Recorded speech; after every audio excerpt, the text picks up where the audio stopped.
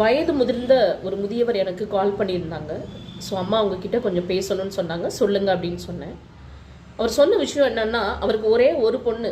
அந்த பொண்ணை நல்லா படிக்க வச்சிருக்காரு. நல்லா படிக்க வச்சு இன்னைக்கு ஒரு சம்பாதிக்கக்கூடிய நிலைமையில அவர் உருவாக்கி அந்த பொண்ணை அவரால் முடிஞ்ச அளவு நகை போட்டு கட்டி கொடுத்துருக்காங்க. ஒரே பொண்ணு தாங்க, வேற குழந்தைங்க கிடையாது. பட் இப்போ ஆஃப்டர் மேரேஜுக்கு அப்புறம் அந்த பொண்ணு வீட்டில் உங்கள் அப்பா கூட பேசக்கூடாது, உங்கள் அம்மா கூட பேசக்கூடாது, உங்கள் அப்பா அம்மா வீட்டுக்கு நீ போகக்கூடாது, நல்லா தெரிஞ்சுக்கோங்க, வேற குழந்தைங்க உங்களுக்கு இருந்தாலும் பரவாயில்லைங்க, ஒரே ஒரு பிள்ளை தான் உங்களுக்கு.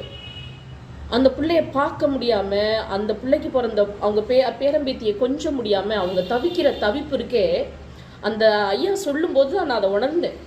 நானும் ஒரு மனுஷி தானே. அது அவங்க சொல்லும்போது அந்த வேதனை, அவங்க விடுற கண்ணீர் அவ்வளோ மன வருத்தமாக இருந்துச்சு. அவரால் முடிஞ்சது ஒரு 10 பவுன் நகை போட்டு படிக்க வச்சிருக்காரு. இவர் இப்போ இருக்க வீடு, சொந்த வீடு அந்த பொண்ணுக்கு தான், எல்லாமே அந்த பொண்ணுக்கு தான்.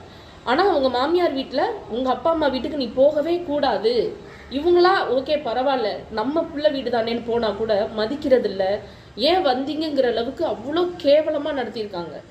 அதனால பரவாயில்லம்மா, நான் என் பிள்ளை நல்லா இருந்தால் போதுன்னு நாங்கள் போகிறதே இல்லை. என் மனைவி அதை நினச்சி சாப்பிட மாட்டேங்கிறாங்க, எங்களுக்கு தூக்கம் இல்லை, நாங்கள் 2 பேரும் இருக்கிறதுக்கு செத்துடலாமான்னு தோணுதுன்னு சொன்னாங்க.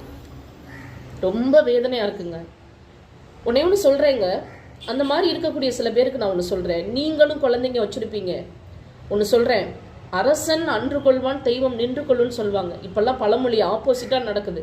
இப்போல்லாம் அரசன் தான் நின்று கொள்கிறான், தெய்வம் இன்றே கொள்ளுது. இப்போவே கேட்குது. ஒரு 1/2 hour முன்னாடி நீங்கள் பாவம் பண்ணி போனீங்கன்னா ஒரு நாள் அல்லது 1 மணி நேரம் கழித்து அதுக்கான தண்டனை கிடைக்குது. அந்த பாவத்தை நீங்கள் சுமக்குறீங்க. அந்த மாதிரி செய்கிற சில பேருக்கு இந்த சொல்கிறேன், சில பேருடைய பெற்றோருடைய பாவத்தை சுமக்காதீங்க. அவங்க அவ்வளோ மன உடஞ்சி பேசுகிறாங்க. ஆனால் நான் உங்களுக்கு பேசி, நான் உங்கள் பொண்ணு மாதிரி என்னை நினச்சிக்கோங்க. 1 hourக்கு மேலே அவங்களுக்கு பேசியிருக்கேன். அப்போ அவர் கடைசியாக சொன்னது, அம்மா எனக்கு ரொம்ப ரிலீஃபாக இருக்குமா, மைண்ட் ரிலீஃபாக இருக்குது, என் மனைவி வேலைக்கு போயிருக்காங்க, ஈவினிங் என் மனைவிக்கிட்ட கொஞ்சம் பேசுங்க. நானும் என் மனைவியை எப்படியெல்லாம் சொல்லி பார்க்குறேன். நீங்கள் சொல்கிற வார்த்தை எனக்கே இவ்வளோ ஆறுதலாக இருக்குன்னா என் மனைவிக்கு இன்னொரு ஊக்கமாக இருக்கும். எனக்கு இனி வாழணும்னு தோணுது. என் மகள் நல்லா இருந்தால் போதும், என் மனைவிக்காக நான் வாழணும், எனக்காக என் மனைவி வாழணும்னு உங்களுடைய வார்த்தையால் இன்றைக்கி எனக்கு உற்சாகமாக இருக்குன்னு சொன்னார்.